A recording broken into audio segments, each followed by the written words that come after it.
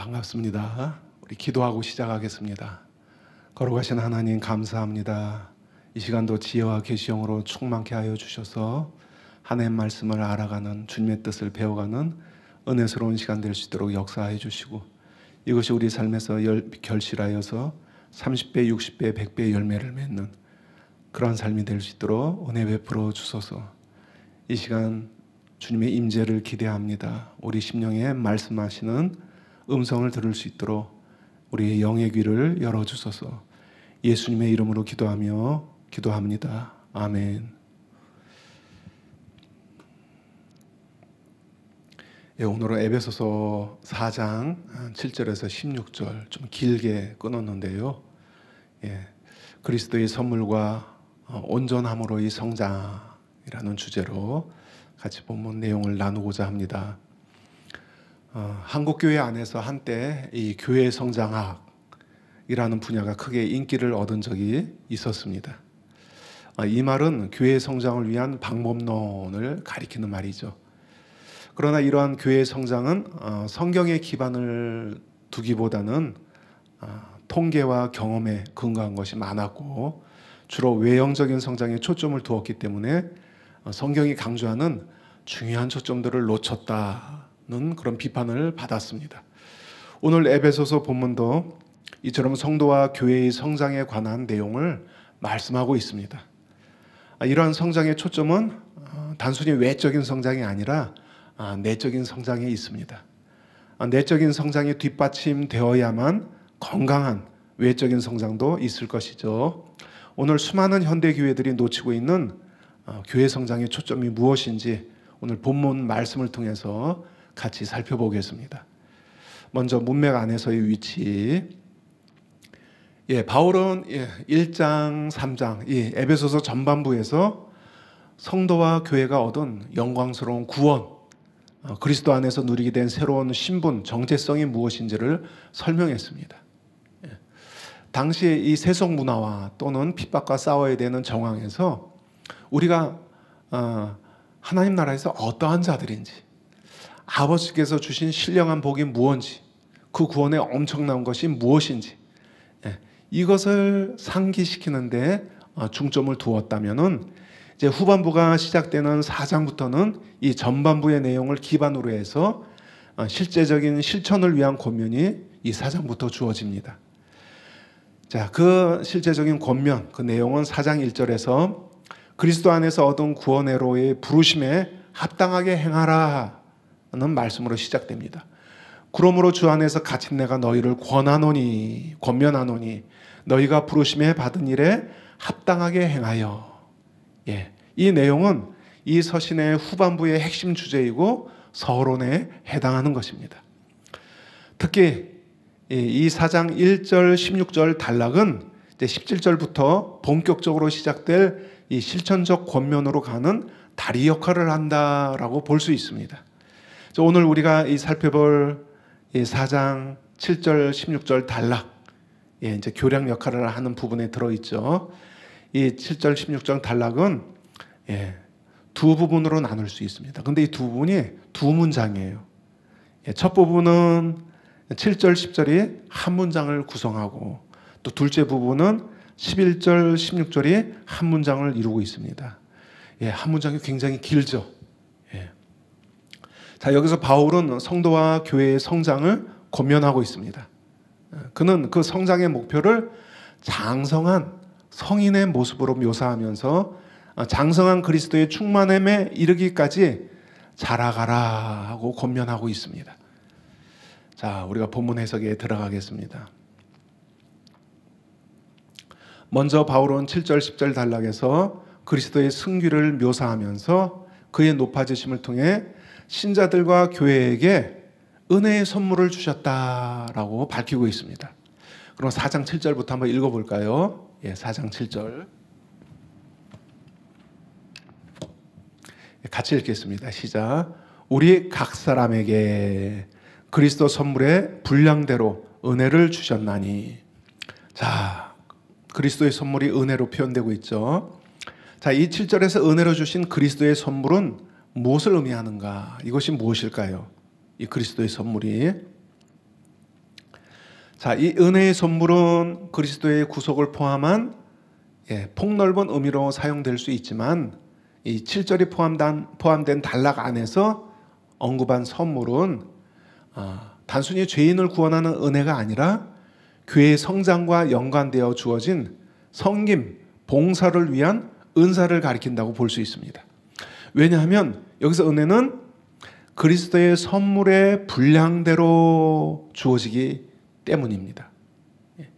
구원의 은혜, 그러니까 죄인을 구원하는 은혜는 모든 신자들에게 다 주어지는 것이지만 이 섬김의 은혜, 은사로서 이 섬김의 은혜라 부를 수 있는 것은 그리스도의 선물의 분량대로, 그러니까 사람마다 차별성을 가지고 서로 다른 정도로 주어진다는 거예요. 그러니까 이게 폭넓은 의미의 구원의 은혜를 말하는 게 아니라는 것을 알 수 있죠. 자, 여기서 우리 세 가지 단어에 주목하고자 합니다. 먼저 분량, 메트론, 그리고 은혜, 카리스, 주다, 동사, 디도미 동사, 분량, 은혜, 주다. 이 세 가지 표현이 로마서 12장 3절과 병행을 이루고 있는데요. 여기서도 이 표현들은 성도와 교회를 섬기도록 주신 은사, 은사와 연관돼서 사용되고 있습니다. 로마서 12장 3절 볼까요? 내게 주신 은혜로 말미암아, 똑같이 은혜가 나오죠. 너희 각 사람이, 이 각 사람의라고 하는 표현도 또 병행을 이루네요.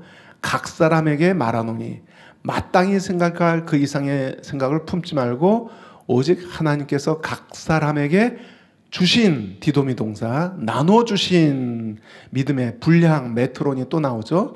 분량대로 지혜롭게 생각하라. 자, 이 에베소서 4장 본문에서도 바울은 이 은혜를 일반적인 은혜와 차별하여서 사용하는데, 여기서 바울은 은혜로 주어지는 그리스도의 선물을 언급하면서 각각의 신자들에게 다양한 방식으로 분량대로 그 은혜가 역사할 것을 염두에 두고 있기 때문에 대다수 학자들이 동의하는 것처럼 고린도전서 12장 4절과 로마서 12장 6절에서처럼 여기서 은혜는 카리스마, 그러니까 은사를 사용하는 것에 상응하는 표현이다라고 볼 수 있습니다. 발음도 비슷하죠. 은혜는 카리스, 은사는 카리스마. 이 카리스라는 데서 파생한 단어가 바로 이 카리스마죠.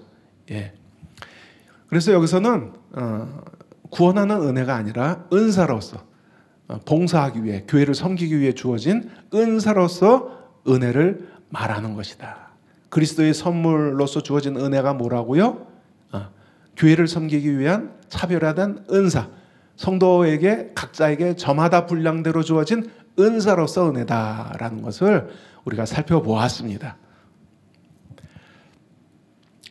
그리고 7절 성도 개개인을 의미하는, 이게 한국어 번역으로는 나와 있지 않은데 하나라는 단어가 들어가 있습니다.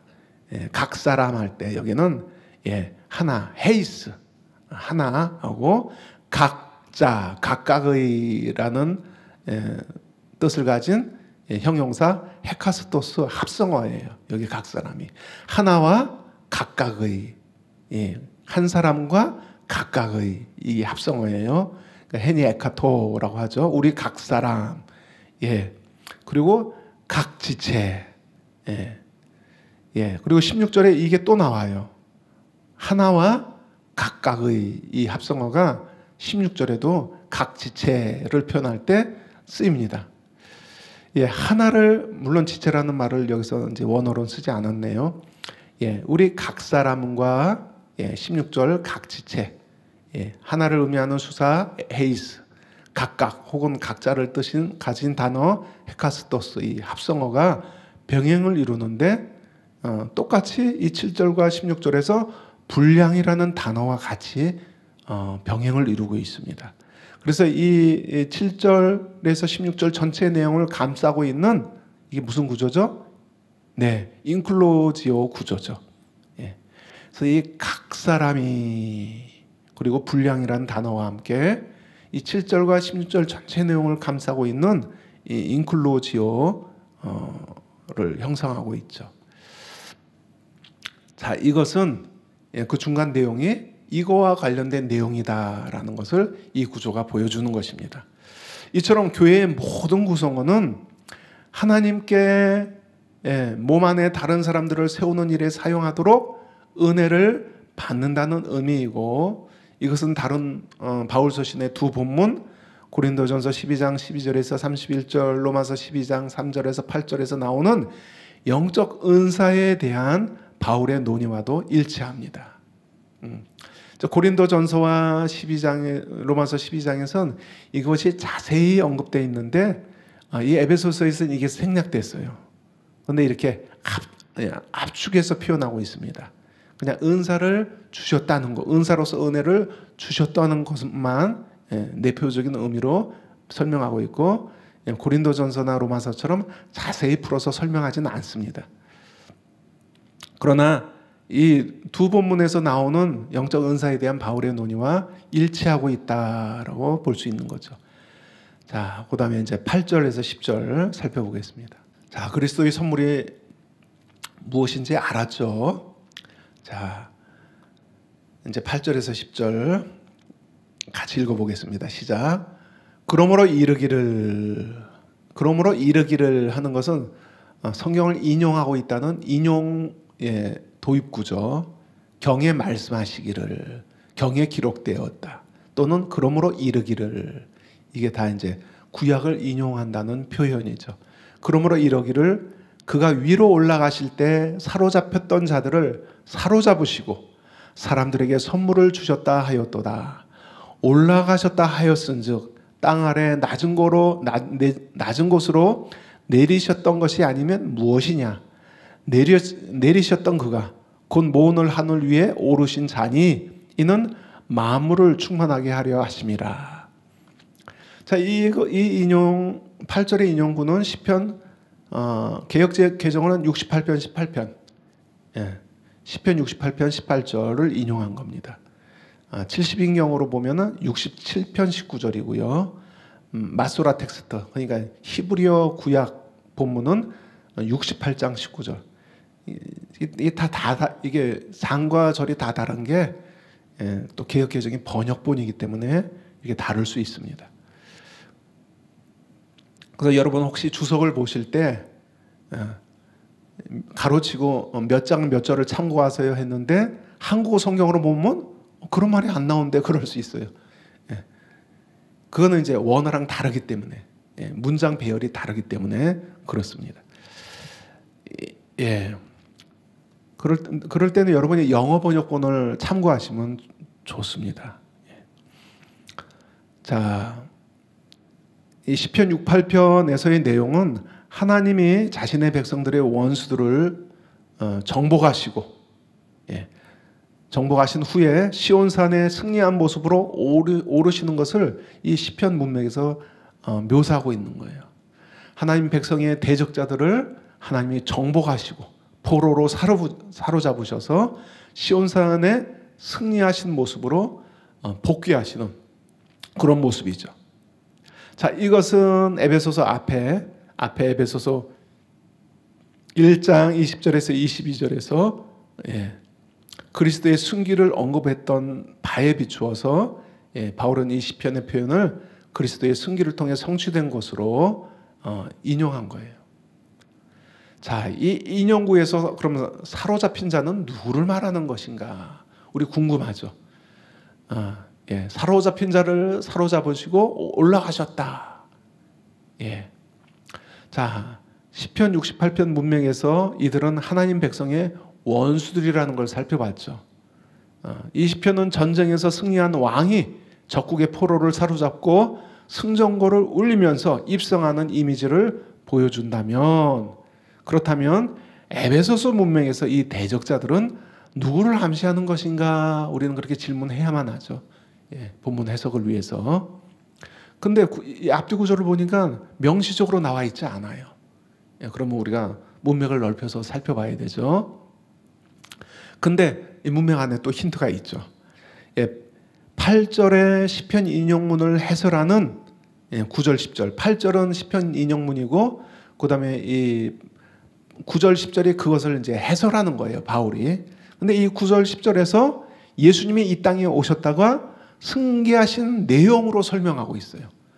사로잡고 오르셨다라는 이 인용구를 이 9절 10절에서 사도 바울이 어떻게 해설하고 있냐면은 죽음에서 이제 부활하시고 그거는 이제 암시되어 있지만 하늘 높이 승귀하신 주님의 모습으로, 승리하신 주님의 모습으로 해설하고 있다는 것이죠. 근데 이것이 이미 에베소서 1장 20절 22절에서 설명된 바입니다. 그것과 연결시켜서 우리가 살펴볼 수 있죠. 이 에베소서 1장 20절 22절에서도 하나님의 우편으로 승귀하셔서 모든 영적인 권세들을 굴복시키신 내용을 연상시키고 있다는 거죠. 한번 읽어보겠습니다. 여러분이 잊어버릴 수 있으니까 우리가 시편 1편 다뤘었지만은 읽어보겠습니다. 20절 그의 능력이 그리스도 안에서 역사하사 죽은 자들 가운데서 다시 살리시고 하늘에서 자기의 오른편에 앉히사 모든 통치와 권세와 옛날 성경은 정사와 권세라고 번역됐죠. 모든 통치와 권세와 능력과 주권과 이 세상뿐 아니라 오는 세상에 일컫는 모든 이름 위에 뛰어나게 하시고 또 만물을 그 발 아래 복종하게 하시고 그를 만물 위에 교회의 머리로 삼으셨느니라. 자, 여기서 그리스도가 자신의 발 아래 복종시킨 악의 세력들보다도 더 높은 하늘의 우편, 하나님 우편에 이제 앉아 있다.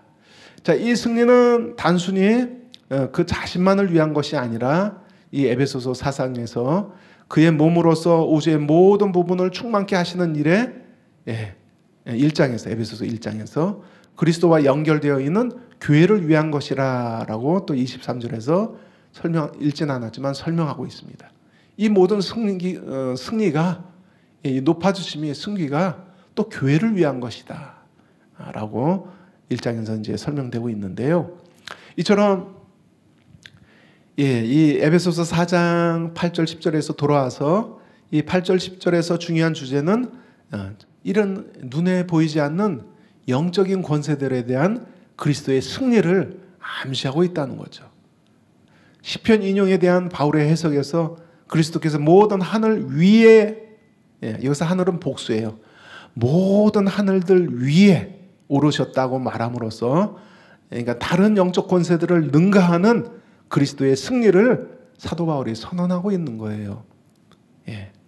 이런 표현의 실마리들이 이 안에 다 있죠. 그리고 그리스도께서 그 승리를 통해 신자들과 교회에게 선물을 주신 것에 이 바울의 강조점이 있습니다.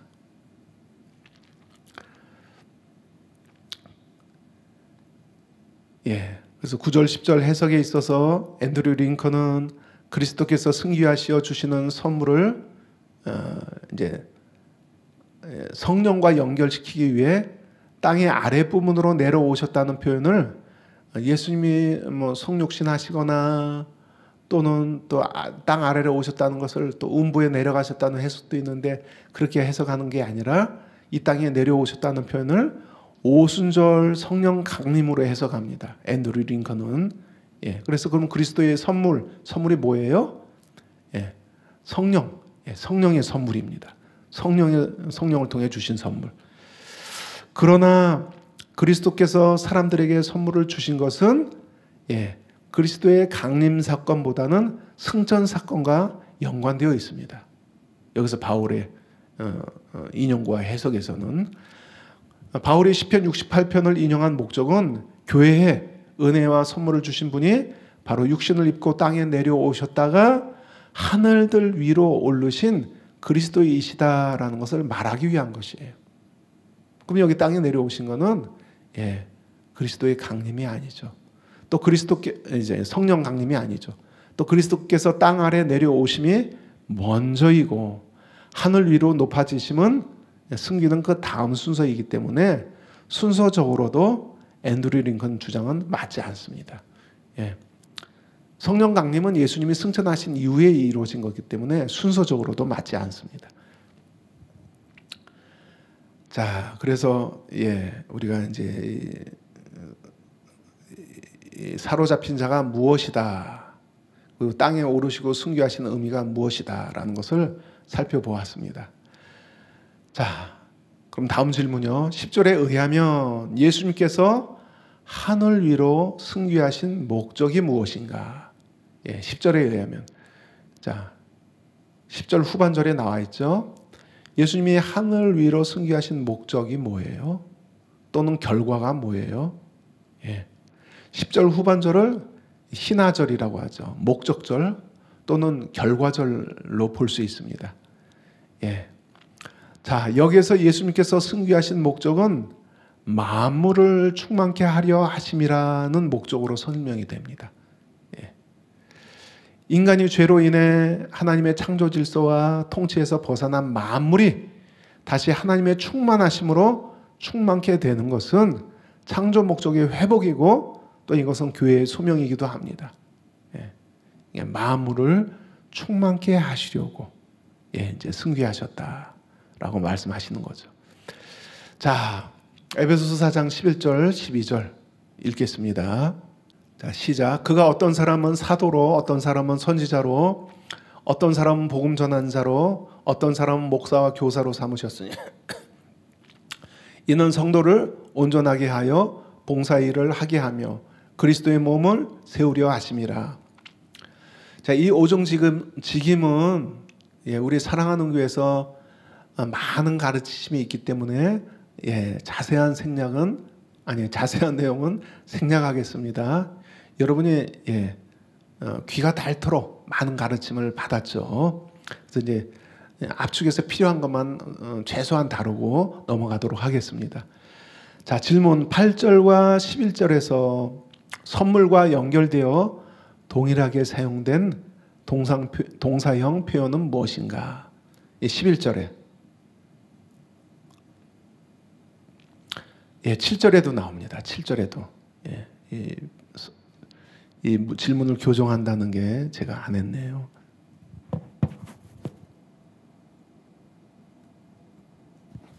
예, 7절과 8절과 그리고 11절에서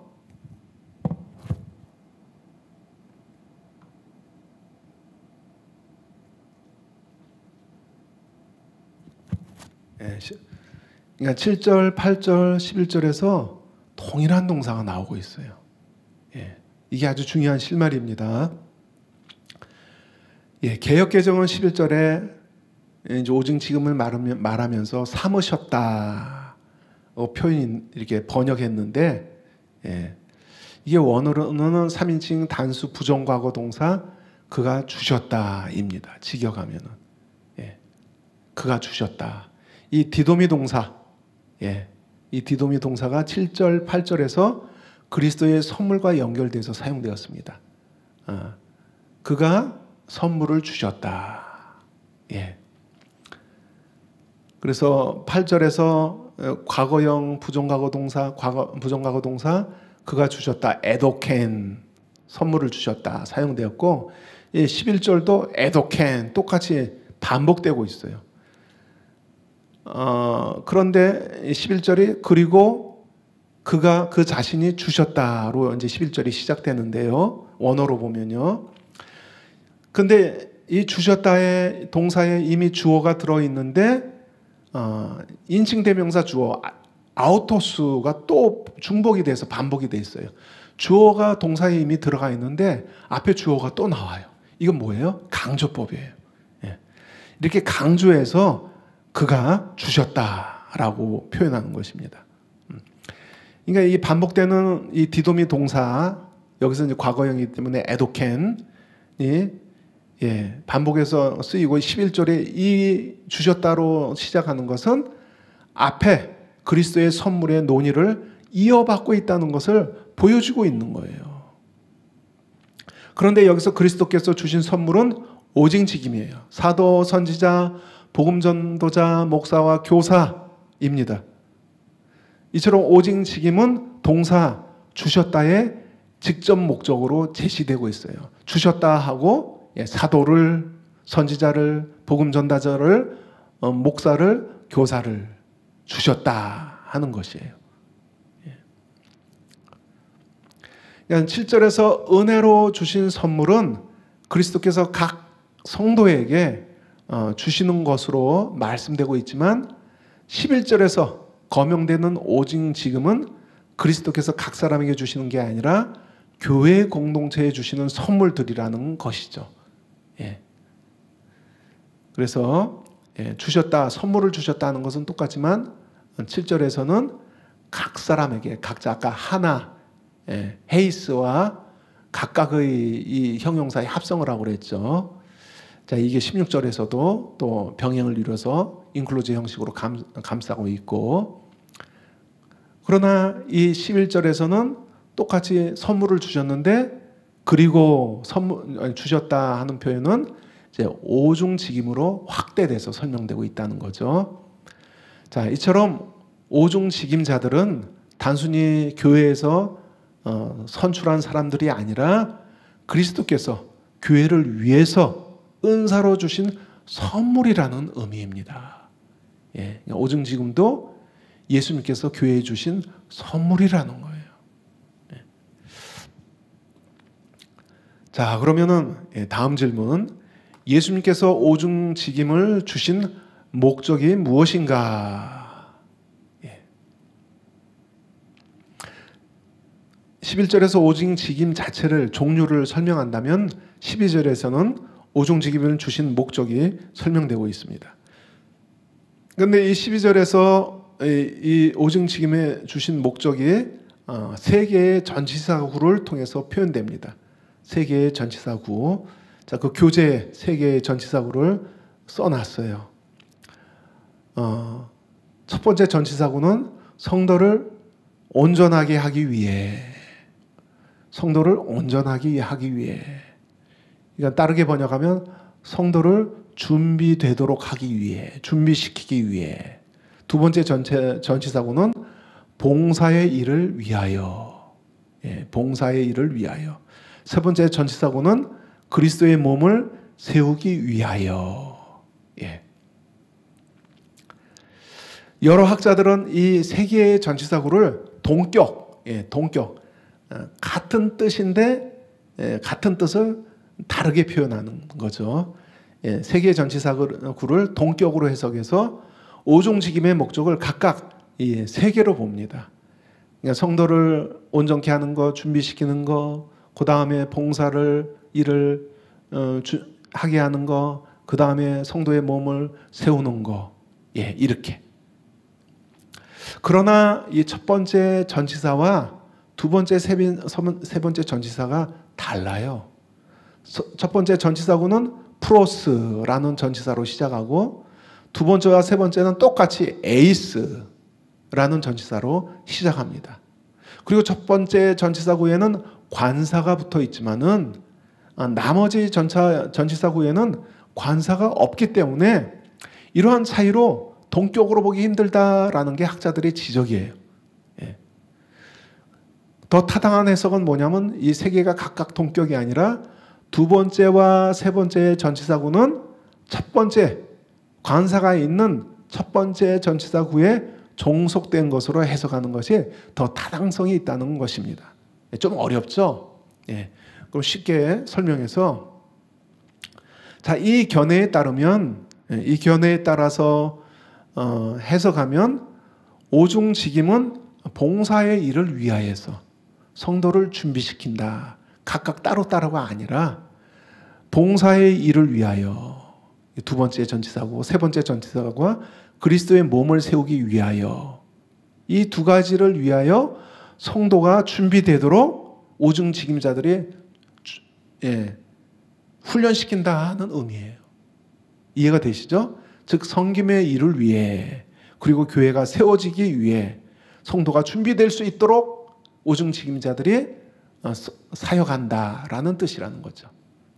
자, 이 양쪽 해석의 차이가 무엇일까요? 그게 그거 아니야? 세 개를 동격으로 보던, 나머지 두 전치사구가 첫째 전치사에 종속된 것으로 보던, 하여튼 그 의미는 똑같잖아. 예, 그렇지 않습니다. 해석이 미묘한 차이가 있어요. 자, 세 개의 전치사구를 동격으로 보는 견해는 성직자와 평신도를 완전히 구분하는 거예요. 세 개의 항목 모두가 오중직임, 즉 목회자들이 해야만 하는 일이 되는 거예요. 예. 그러니까 성도를 온전케 준비시키는 거, 그리고 봉사의 일을 하게 하는 거, 그리고 교회를 세우는 것 자체가 다 오중직임자들이 하는 일로 해석이 되는 거예요. 이거는 이제 성직자와 평신도를 철저히 나누는 로마 캐톨릭 학자들이 옹호하는 해석들입니다. 그러나 후자의 견해는 오중직임의 목회자가 성도들을 훈련시키고 준비시켜서 성도들로 하여금 봉사의 일을 하고 그럼으로써 성도들 스스로가 교회를 세우게 한다는 의미입니다. 이렇게 양쪽의 차이가 있어요. 양쪽 해석에 따라 이렇게 차이가 나요. 자, 이 차이점을 살펴봤고요. 여기에서 그리스도의 몸을 그러면은 우리가 16장 문맥까지 확장했을 때 두 번째 해석이 더 맞다 하는 것을 문맥에서 이미 보여주고 있죠. 자, 왜 그리스도의 몸을 성도들이 이제 마디와 또 각 지체들로 묘사하면서 스스로 세운다라고 말하고 있기 때문에 자, 후자의 견해는 자, 여기서 그리스도의 몸을 세운다, 원래는 원어로 보면 명사입니다. 그리스도의 몸을 세움이라는 명사는 여기서뿐만 아니라 16절에서도 나와요. 이 12절뿐만 아니라 16절에서도 나와서 그 중간의 내용을 감싸고 있는 또한 인클로지어 구조를 보여주고 있습니다. 뭐가요? 이 세움이라는 단어가. 그러면 그 중간에 13절, 16절 내용은 교회를 세운다는 내용이구나. 이것과 연관된 표현들이구나. 이것과 연관된 권면들이구나라는 것을 우리가 알 수 있죠. 자, 11절, 12절을 통해 알 수 있는 것은 승귀하신 그리스도의 선물은 특별한 사람들의 형태로 나타났다. 오중직임자들. 이 사람들이 하나님이 교회에 주신 선물이라는 거예요. 사도, 선지자, 복음 전도자, 목사, 교사가 하나님이 교회에게 주신 선물이라는 거예요. 뭐를 위해서?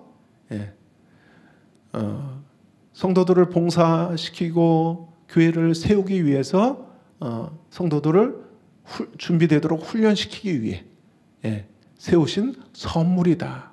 교회를 온전케 하기 위해 세우신 하나님이 주신 선물이다. 교회를 그리스도의 몸으로서 연합과 성숙으로 자라가게 하기 위한 하나님의 선물이다 라는 것을 알 수 있습니다.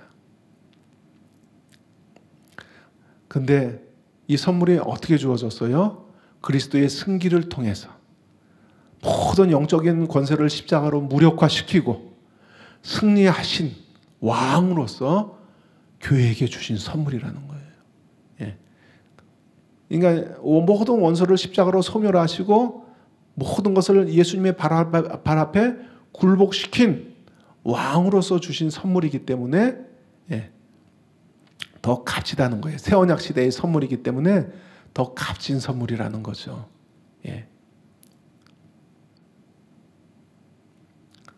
그래서 승리를 통해서만 주어질 수 있는 교회를 위한 선물, 오중직임, 귀함을 단순히 인간이 세우는 것이 아니라 하나님이 주신 선물이다, 은사로서 선물이다 라는 것을 우리가 살펴봤습니다.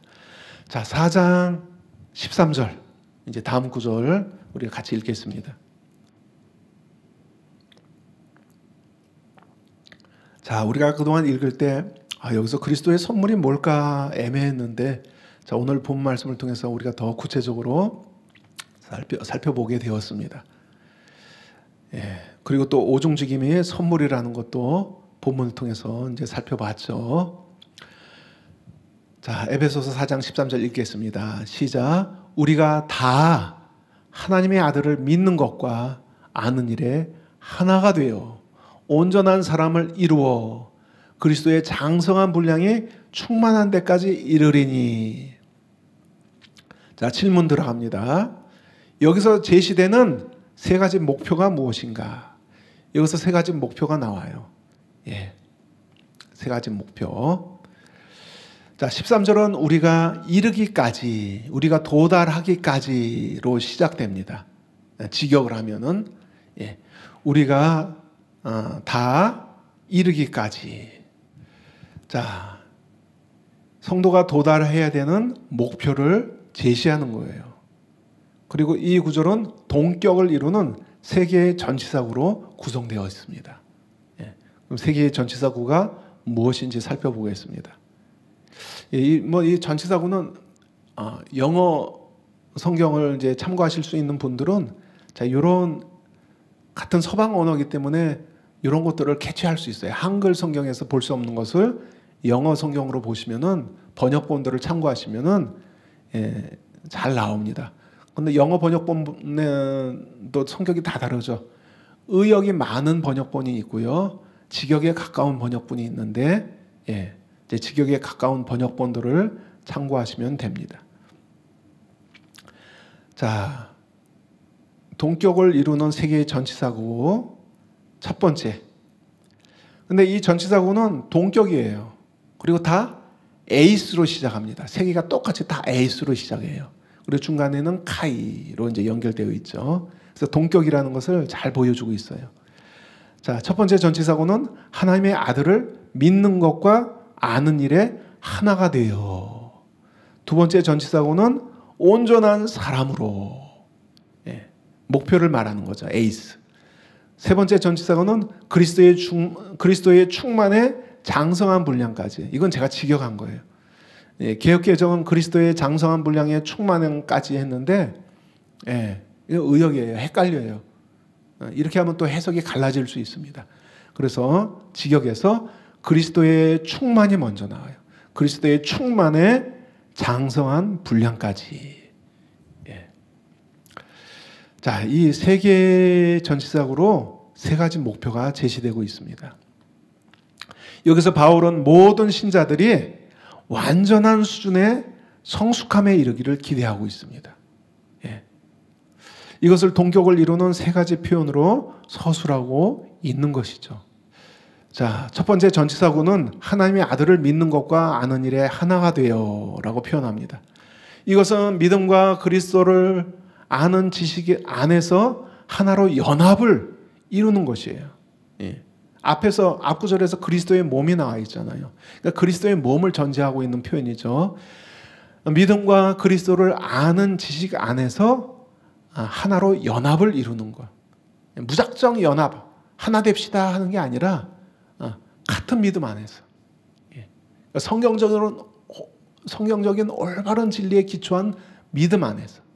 그리고 성경적인 올바른 진리에 기초한 지식 안에서 하나를 이루어야 된다. 또 그렇게 이룰 수 있다라는 것을 말씀합니다. 두 번째 전치사구는 온전한 사람으로. 온전한 사람으로. 이 온전함을 다르게 번역해서 장성한 사람으로 번역할 수 있습니다. 이 온전함이란 표현은 이 문맥에서 장성한이 뭐예요? 다 자란 성인을 의미하는 거죠. 그리고 사람으로 번역된 아네르라는 단어는요, 보통 남편으로 번역되는 단어입니다. 보통 사람 하면 안트로포스를 쓰는데 여기서는 특별히 아네르를 썼어요. 아네르는 보통 남편으로 번역되는 단어들이죠. 그리고 이 온전한 사람, 그냥 다른 말로 장성한 남자는 복수가 아니라 단수예요. 단수. 그래서 장성한 한 남자, 성인이 된 한 사람을 의미하는 거예요. 이것은 앞구절에, 그러니까 11장과 16절까지 한 문장이라고 그랬죠. 따로 떨어진 문장이 아니라 한 문장이에요. 한 문장. 헬라어로. 자, 그래서 11절 앞구절하고 연결되어 있는데 11절에 그리스도의 몸과 연관된 표현입니다. 이 단수로서 장성한 한 남자가 앞구절에 그리스도의 몸과 연관된 표현이다. 자, 이것이 동격을 이루는 다음 전치사구에서 이렇게 표현됩니다. 세 번째 전치사구는 그리스도의. 그래서 이 한 사람이 그리스도의 몸이라는 걸 또 이제 알 수 있죠.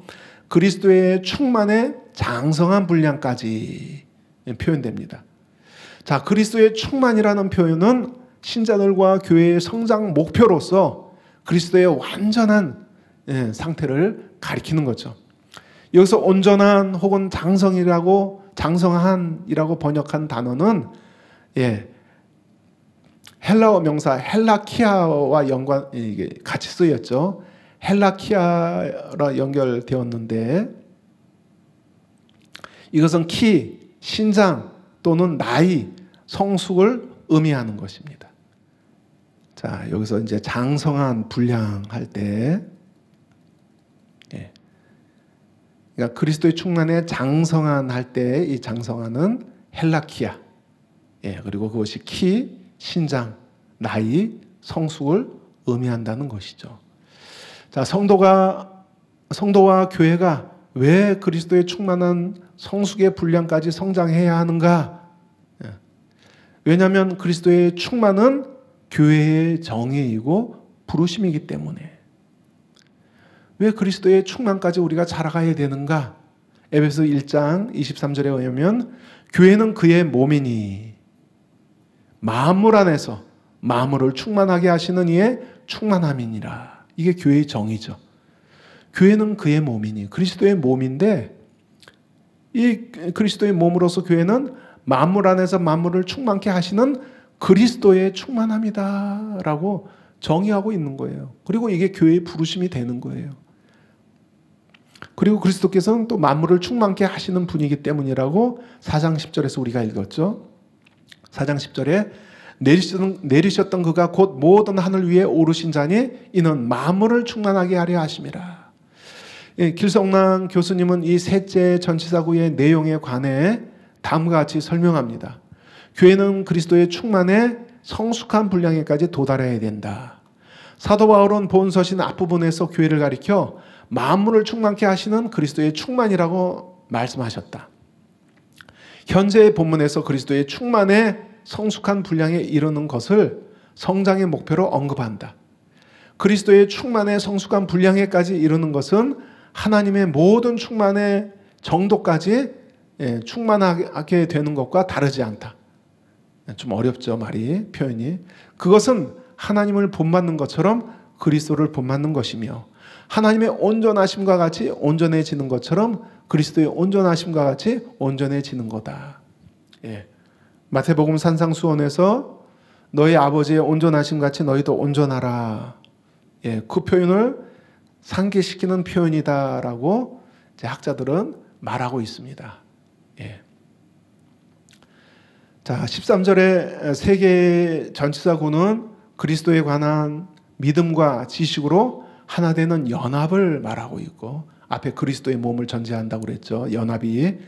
또 그리스도의 몸으로서 온전한 한 사람, 키가 다 큰 성인 남자, 장성한 사람이 되도록 자라가야 하는 것이고 이것은 그리스도의 충만에 이르도록 성장하는 것으로 또다시 표현됩니다. 자, 이것을 바울은 15절 16절에서 그리스도의 몸으로서 각 지체들이 연합하는 것으로 서로 도움을 받아서 연합하는 것으로 다시 더 상세히 설명하고 있습니다. 이게 한 문장이에요. 11절부터 16절까지 한 문장인데 이걸 쭉 풀어서 설명하고 있는 거예요. 자, 13절에서 우리가 주목해야 할 두 가지 측면이 있습니다. 먼저 성도의 개인적인 측면과 그리고 교회의 공동체적인 측면입니다. 이 단락의 표현들이 한 몸으로서 교회 공동체의 강세가 있기 때문에 우리는 공동체적 성장만 생각할 수 있는데 두 측면을 다 보아야 한다는 거죠. 그래야 균형 잡힌 해석이 될 수 있다는 것이죠. 먼저 13절은 우리가 다라는 말로 시작합니다. 개역개정은 다로 표현되어 있고 이게 모두 그런 표현이죠. 모든 사람이 호이 판테스, 그러니까 우리 모든 사람이 그런 뜻이에요. 자, 이 모든 사람이란 건 성도 개개인을 포함해서 말하는 거예요. 우리 모든 사람이. 우리 모든 사람이 이 표현은 성도 개개인의 순종을 요구하는 거예요. 이런 이유로 길성남 교수는 성도들이 모인 신앙의 공동체가 영적으로 성숙한 성인과 같은 공동체가 되어야 한다는 것이다. 그러나 이렇게 되려면 구성원 개개인이, 성도 개개인이 영적으로 성숙해야 하는 것이 필수적이다라고 설명합니다. 당연하죠. 자, 여기서 온전한 사람은 단수이지만 이와 대조되는 표현이 또 나오죠. 다음 구절에서 뭐예요? 여러분이 찾아보세요. 이 온전한 사람, 이 성인 남자, 이 한 사람, 온전한 사람과 이 단수 표현과 대조를 이룬 표현이 뭐죠? 어린아이입니다. 어린아이. 이 장성한 사람과 대조되는 표현이 어린아이. 그런데 이 온전한 사람은 단수이지만 이와 대조를 이루는 어린아이는 복수예요. 어린아이들. 그렇게 번역해야 됩니다. 이것은 개인주의가 어린아이됨의 표시이고 하나됨은 성숙의 표시이기 때문에 이런 차별성을 갖습니다. 따라서 복수로 표현된 어린아이들은 성도 개개인의 미성숙함을 표현한 것이고, 어린아이라는 표현, 그 복수 표현이 성도 개개인 한 사람 한 사람의 미성숙함을 표현한 것이고, 이 성도 개개인이 단수로 된 온전한 사람으로 성장해야 함을 의미한다고 볼 수 있습니다. 그렇다면 이 성도 개개인의 성숙을 간과할 수 없고 여기서 강조한다라고 볼 수 있는 거죠. 그러니까 온전한 한 사람으로 우리가 연합을 하기 위해서 모두라는 표현에서 알 수 있듯이, 또 어린아이들이라는 복수 표현에서 알 수 있듯이 개개인이 온전한 사람이 이루도록 해야 되는 거예요. 그래야 공동체가 온전한 사람이 될 수 있다는 거예요. 당연하죠. 이처럼 온전한 사람, 그리스도의 장성한 분량까지 자라는 것은 성도 개인의 성장과 아울러 한 몸으로서, 그리스도의 몸으로서 연합된 공동체의 성장 모두를 포함하고 있습니다. 이 두 가지 측면은 서로 불가분리의 관계입니다. 성도 개개인이 성장하지 않는데 공동체가 성장할 수 없기 때문입니다. 다음 질문요. 14절에 의하면 성도가 한 몸으로 그리스도의 장성한 수준까지 자라야 하는 목적이 무엇인가? 14절에 의하면 성도가 한 몸으로 그리스도의 장성한 수준까지 자라야 하는 목적이 무엇인가? 에베소서 4절 14절 우리가 읽어보겠습니다. 시작. 이는 우리가 이제부터 어린아이가 되지 아니하며 사람의 속임수와 간사한 유혹에 빠져 온갖 교훈의 풍조에 밀려 요동하지 않게 하려 함이라. 여기서 그리스도의 장성한 순종까지 자라야 하는 목적은 어린아이 상태에서 벗어나기 위한 것이다 라는 것을 말하고 있습니다.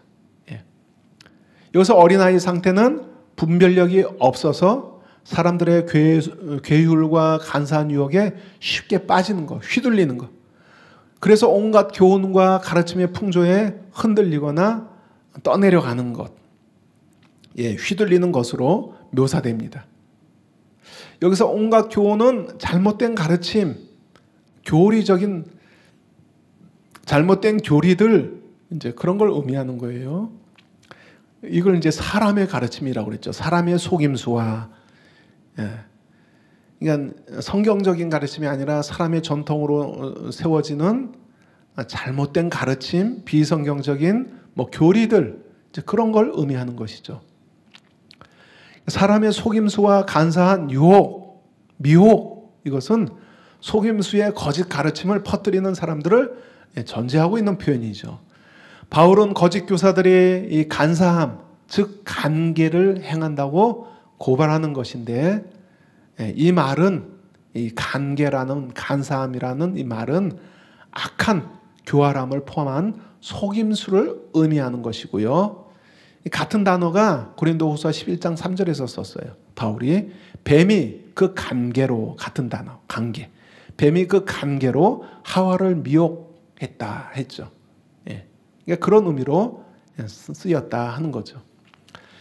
그러니까 어떤 의도적인 잘못된 어떤 삐뚤어진 관계를 통해서 미혹하고 있다라는 거죠. 성도들을 혹세 무민하고 있다라는 거죠. 자, 근데 이런 잘못된 가르침에 분별력이 없어서 쉽게 휘둘리는 것. 예. 이것이 뭐예요? 예, 어린아이 상태라는 거예요.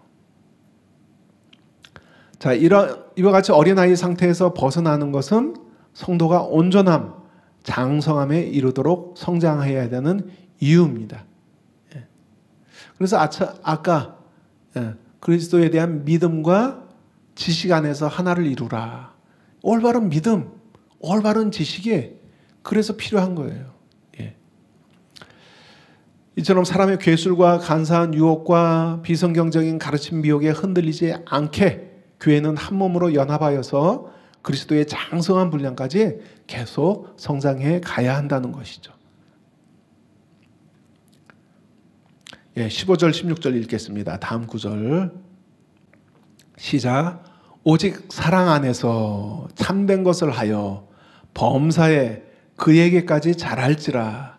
그는 머리니 곧 그리스도라.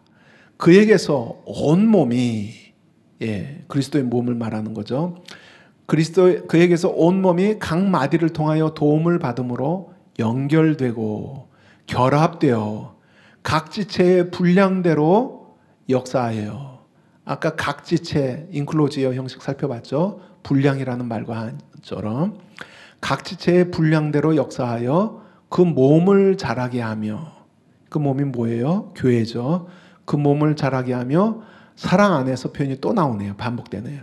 15절에 오직 사랑 안에서 있는데 이 16절도 사랑 안에서 스스로 세우느니라. 자, 이 구절들에서 머리 대신 예수님에게까지 자라는 방법이 뭐예요? 예. 자, 예수님께까지 자라는 방법이 뭐예요? 예. 두 가지 표현이 있죠. 사랑 안에서. 그 다음에 참된 것을 행하여. 이 두 가지 표현을 통해서 이 성장이 성취된다라는 것을 말씀하고 있습니다. 자, 우리가 머리 대신 그리스도까지, 충만한 분량까지 우리가 자라가야 되는데 어떤 방법을 통해서 자라간다고요? 사랑 안에서, 그리고 참된 것을 행하여. 자, 사랑 안에서는 각 지체들이 그리스도의 한 몸으로 연합을 이루는 마음의 동기고 연합의 원동력입니다. 그리고 실제적인 방법이에요. 예. 예, 사랑 안에서 서로 용납하고 성령의 하나 되게 하신 것을 힘써 지키라. 앞장에서 사도 바울이 권면했죠. 예, 사랑으로 서로 용납하고, 사랑 안에서 용납하고, 서로 힘써, 성령 안에서 뭐죠? 성령이 하나 되게 하신 것을 힘써 지키라. 왜요? 우리가 그리스도의 충만까지 자라가야 하기 때문에. 그리고 앞에서 바울은 교회 공동체는 그리스도의 몸으로서 사랑 안에서, 거기서도 사랑 안에서 표현이 나오죠. 사랑 안에서 뿌리 내리고 터가 견고하게 되어서 그리스도의 사랑, 그 너비와 높이와 그 표현들이 있잖아요.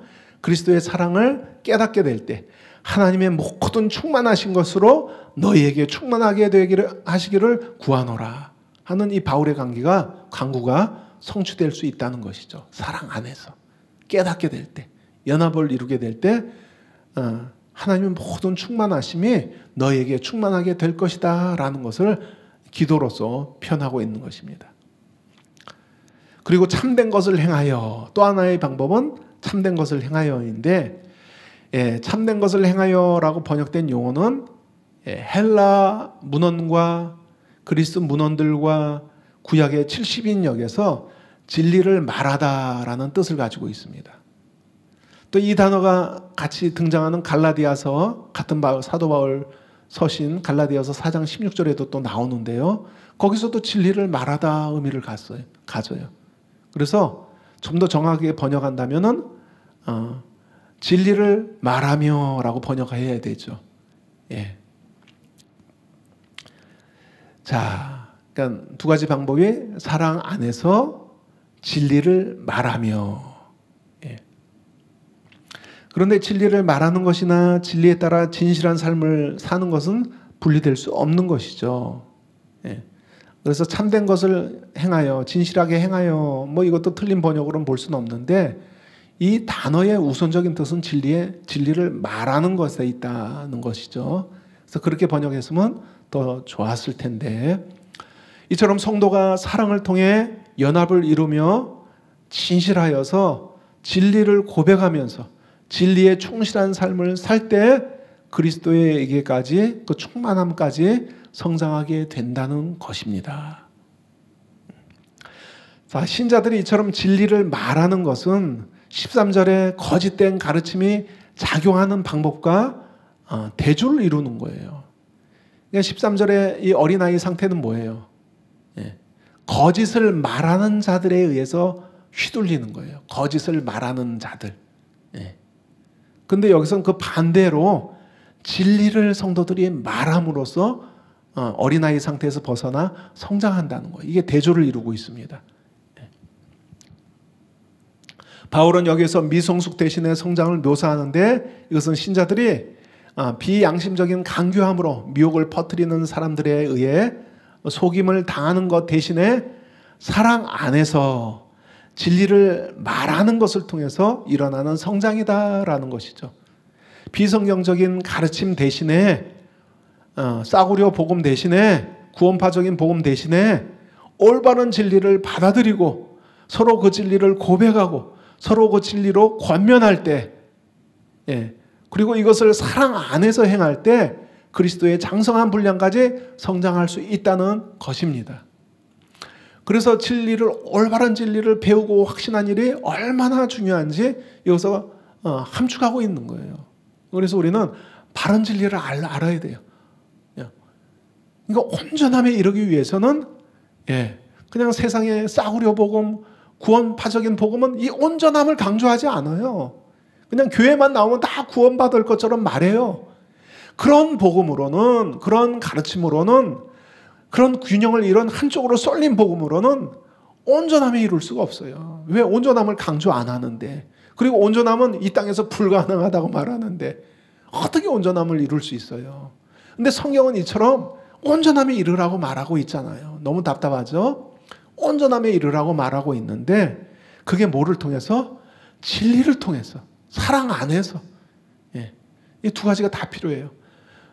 때로는 진리만을 추구하는 사람이 있어요. 그래서 진리의 날성검으로 사람을 판단해서 막 찌릅니다. 그래서 상처를 받아요. 그러면 온전함에 이룰 수 없어요. 그래서 사랑 안에서가 필요해요. 진짜 진리는 사랑에 도달하는 거예요. 사랑이 율법의 완성이기 때문에. 자, 그래서 우리는 진리를 확신하고 또 진리를 고백하고 또 서로 진리를 말하는 것을 통해서, 권면하는 것을 통해서, 그리고 그것을 사랑으로서 실천하는 것을 통해서 그리스도의 머리 되심까지, 충만함까지 우리가 성장할 수 있다라는 것을 우리가 이 주예를 통해서 놓치지 않기를 원합니다. 자, 이 말씀을 통해서 우리를 스스로 돌아보고 살펴보길 원합니다. 나는 공동체 안에서 연합하는 가운데 그리스도에게까지 성장하고 있는가? 성도 개개인의 성장은 또 공동체적인 성장과 분리될 수 없죠. 어떤 사람은 그 영적 엘리트 귀족주의에 빠져서 각 은사들을 추구하면서 나는 교회와 어울리지 않고 분리돼서 독야청청하리라 하는 그런 사람이 있어요. 막 기도원에 다니면서 다른 사람과는 어울리지 않고 분리시키고 다른 사람과 수준은 나는 달라 하면서 이 영적 귀족주의에 빠져 있는 사람이 있어요. 그런 사람은 온전함에 이룰 수 없습니다. 왜요? 하나님은 교회 공동체 안에서 온전함에 이룰 수 있도록 디자인하셨기 때문에. 왜 자꾸 분리시키려고 해요? 공동체 안에 들어가면 자꾸 부대끼거든. 상처받고 반목이 생기고 부대끼거든. 그렇죠? 사람이 모인 게 성격이 다 다르고요. 같은 사건을 봤는데 해석이 다 달라요. 그래서 교회 안에서 충돌이 일어나는 건 자연스러운 거예요. 그게 이상한 일이 아닙니다. 교회 안에서 충돌이 일어나는 것, 셀 안에서 충돌이 일어나는 것은 자연스러운 현상이에요. 왜? 사람 성격이 다 다른데 똑같은 걸 보고도 관점이 다 다른데 충돌이 인원은 날 수밖에 없죠. 근데 하나님이 디자인하신 것은 그런 부대낌 가운데 서로 사랑 안에서 용서하는 것을 배우게 하시는 거예요.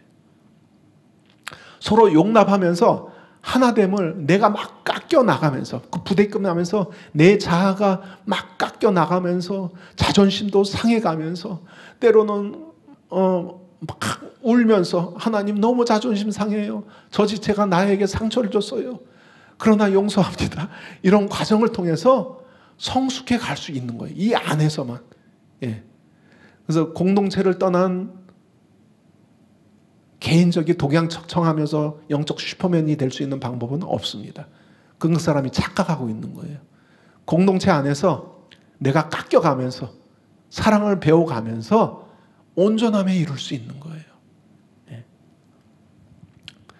그래서 이 공동체적인 성장은 성도 개개인의 성장과 이 공동체의 성장은 이렇게 밀접하게 연결되어서 분리될 수 없는 거예요. 예.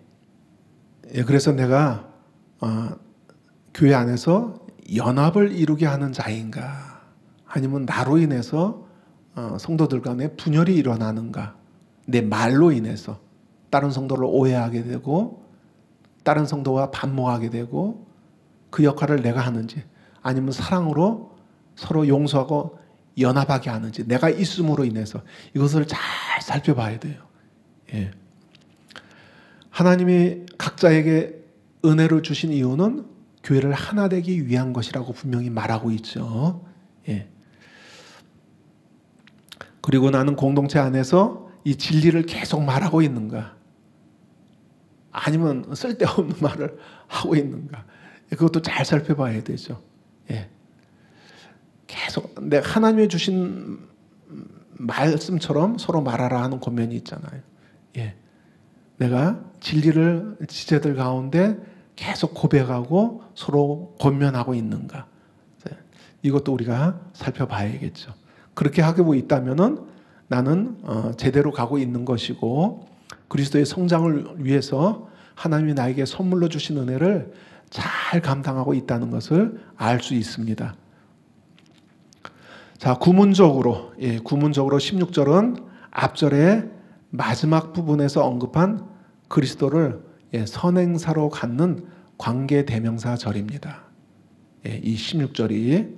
근데 내용으로 볼 때는 이것은 이 본단락의 후반부 전체 7절 16절을 요약하는 결론이라고 볼 수 있습니다. 이 16절이, 이 마지막 절이, 이 우리가 다루고 있는 마지막 절이 전체 이 7절 16절 단락의 요약이고 결론이다. 16절은 또다시 사랑 안에서 표현이 반복되어서 진실한 사랑의 삶을 통해서 성장하는 모습을 몸의 비유로 보여주고 있습니다. 각 마디가 연결되어서 연합하여서 서로 도움을 주므로 사랑 안에서 스스로 세우느니라, 한 몸으로서 세우느니라. 15절에서 그리스도는 머리로 표현되고 16절에서 그에게서, 그 머리로부터, 이 표현이죠. 관계대명사. 그리스도를 머리로 하는 몸의 연결성을 강조합니다.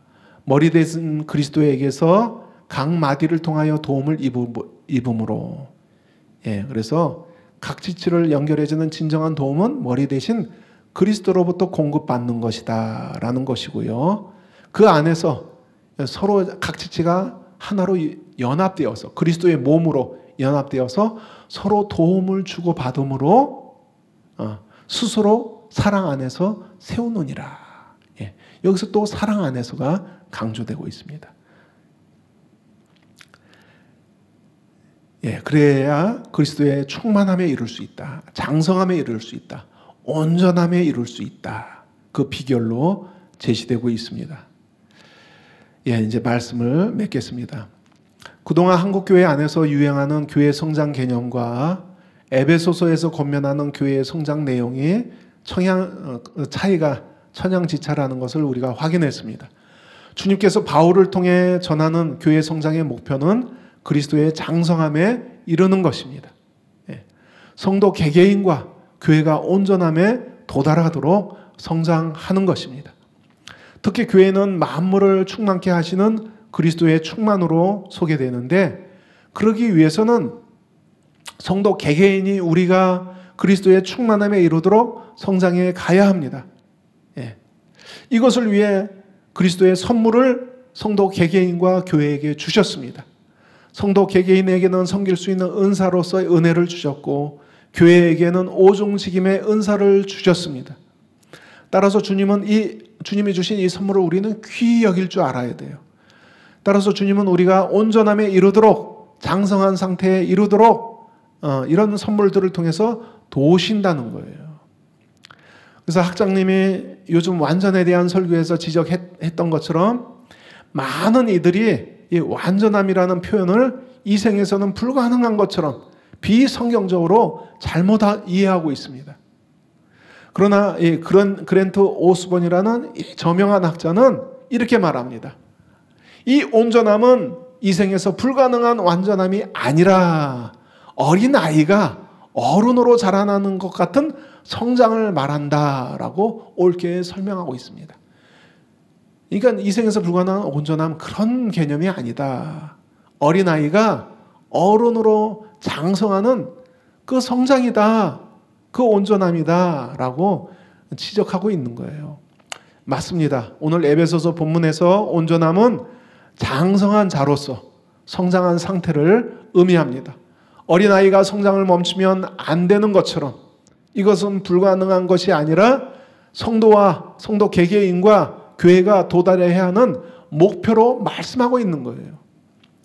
이렇게 성장한다면, 즉 그리스도의 충만에 이르도록 자라간다면 그리스도의 충만이 교회에 충만하게 될 것입니다. 그리고 교회를 통해 그 충만함이 세상에 풀어질 것입니다. 자, 이것은 또 저 자신을 돌아보게 합니다.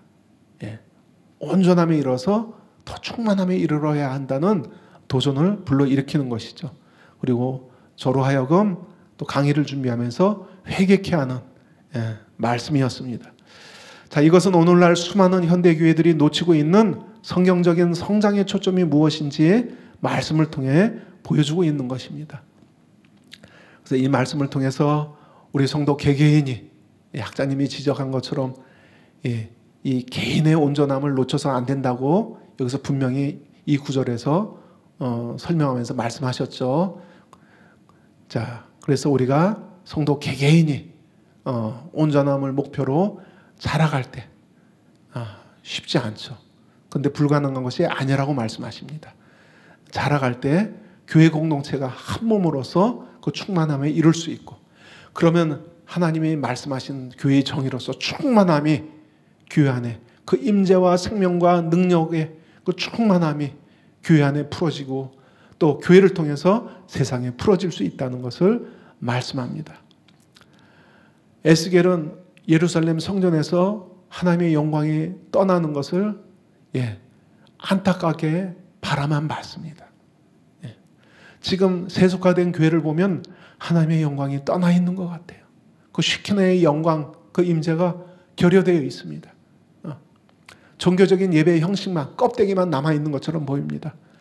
자, 이런 현실을 우리가 굉장히 가슴 아픈 마음으로 바라보면서 교회 안에 그 영광이 충만하게 되기를, 다시 가득하게 되기를 우리가 간절히 사모하는 마음이 다 있죠. 그렇다면은 우리 한 사람 한 사람이 먼저 이 충만함에 이르도록 순종해야 된다는 것이죠. 자, 이것을 우리가 오늘 결단하면서 기도하는 시간 되길 바랍니다. 기도하시겠습니다. 하나님, 오늘 본 말씀을 통해서 그리스도의 선물이, 또 우리에게 주신 선물이 얼마나 귀하다는 것을 살펴봤습니다. 그리스도의 충만함에 이르기 위해서, 온전함에 이르기 위해서 주신 선물이라는 것을 살펴봤습니다. 이 선물에, 이 은혜에 충실한 우리 되게 하여 주소서. 하나님, 이것을 귀히 여기고 순종하는 우리 되게 하여 주소서. 그래서 온전함으로 그리스도의 충만함에 이르는 우리 될 수 있도록 우리 연약한 것을 도와주시고 도와주소서. 주님, 주님의 은혜를 기대하며 예수님의 이름으로 기도합니다. 아멘. 이것으로 마치겠습니다.